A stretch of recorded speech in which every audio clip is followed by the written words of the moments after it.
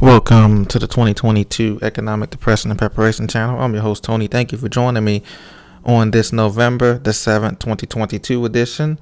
Please be sure to subscribe to this channel for the latest interpretation of financial news in the U.S. and sometimes abroad. I appreciate your support. I read all of the comments, and they're very intelligent and well thought out, and I appreciate your support. So today, briefly, I want to talk about the more aid is going to Ukraine. I also want to talk about the money that we've already spent during this pandemic, as well as the additional money that's planning on being spent by this administration on student loan forgiveness that's being blocked, and the neglect of U.S. infrastructure of our roads, bridges, transportation system that's needed to transport these goods and services around our various statehoods.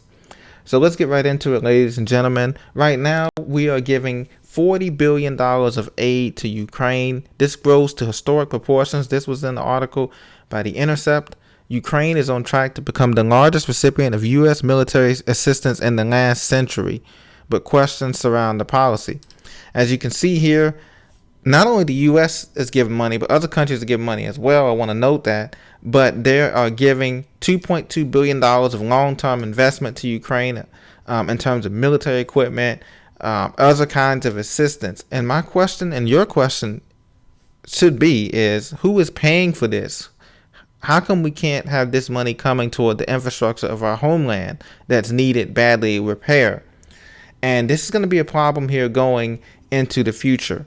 I know the defense budget is unlimited. It's considered a major proponent of our U.S. budget economy every year. But this is really preparing for a long war. Quote, this is according to Steven Simler. He's co-founder of the Security Policy Reform and Institute. He says, quote, the U.S. is preparing for a long war. It's actually preparing for an endless war in Ukraine. Where have we seen that before? Ladies and gentlemen, Afghanistan, we've seen that before.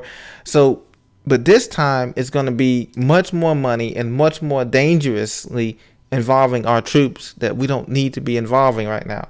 Unfortunately, this is going to cost the U.S. more money, and this is going to mean prices here are going to raise. Everything is going to be raised up, including the money that we've already spent on COVID. This is the Committee for a Responsible Federal Budget. This is COVIDmoneytracker.org. You can go there. Look at the amount of money that we've already spent on the COVID response. $1 trillion on administrative actions. $5.5 trillion on legislative actions, and the Federal Reserve actions amount to $4.7 trillion. So you're looking already at a total of over $10 trillion spent on COVID since it began almost 3 years ago now to this date. And you can filter. Most of the money spent has been spent on buying back the stock market, helping the stock market out on these medical funded companies that have provided the vaccine, the antidote, and spent on keeping rates at 0%, or words at the beginning of this, keeping things at rates at the beginning of this at zero. You can see the breakdown of the administration here. The Trump administration, they spent a combined $484 billion. The Biden administration has already spent $329 billion, and that's growing every day. So he's going to end up probably spending more than Trump spent, but they both spent a lot of money on this COVID thing.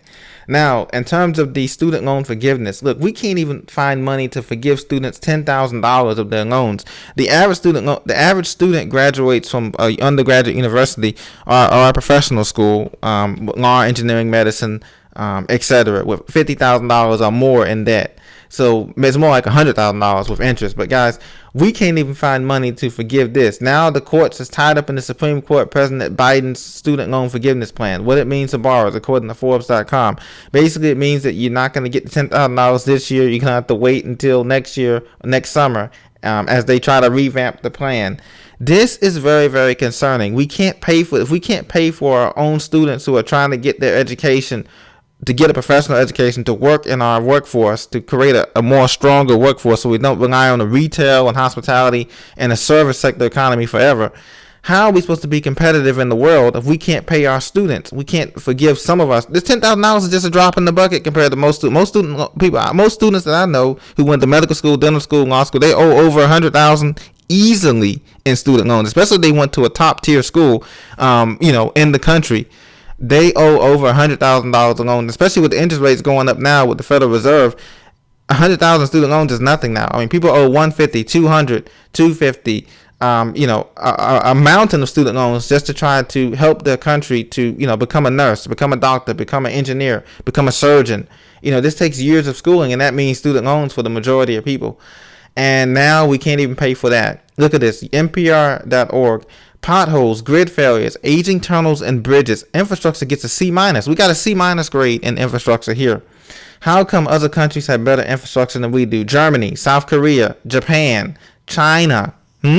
These countries have A+ infrastructures. We get a C- infrastructure, and it's going down. Potholes on the roads from Philadelphia to New York to Chicago to St. Louis, LA. We've got nothing but potholes and crumbling infrastructure. Bridge collapses in Minneapolis, Minnesota, you name it. And this is why I say we have to get prepared for it. We have to get prepared for more grid failures, more brownouts. Not necessarily grids going down completely, but brownouts where you may have 2 or 3 hours where you don't have power to use because of the demand on these old grids. Do you know the average age of our bridges is at 42 years old? That's the average age of our bridges. Transit systems gets a D-. This is because all of our money is going to be spent on this war, on this Ukraine war and other wars, and we need to fix the homeland. We're not spending money on our homeland, spending money on educating our workforce. We're not spending money on none of this, and this is what's hurting our country as we speak today. So what do you think? Let me know.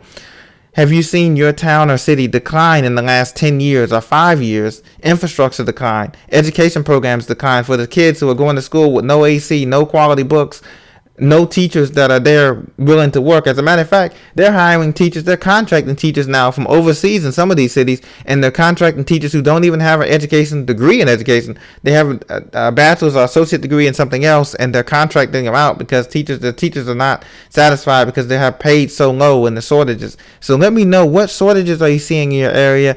And let me know also, do you think we're spending way too much overseas and not too much on the homeland, which needs fixing and bad repair? Maybe this is part of the plan. Maybe they want the U.S. infrastructure to go down and everything to go down, the higher ups, so that they can, take their money and leave on the golden parachute while the rest of us deal with a crumbling infrastructure and higher taxes. Let me know what you think. God bless you guys. Please be sure to subscribe. I'll talk to you later on this week as the week gets going on, with more earnings reports come out and other things come out as well. The Fed has one more rate hike coming up in December, by the way, 75 basis points. That's going to make another big difference in this economy.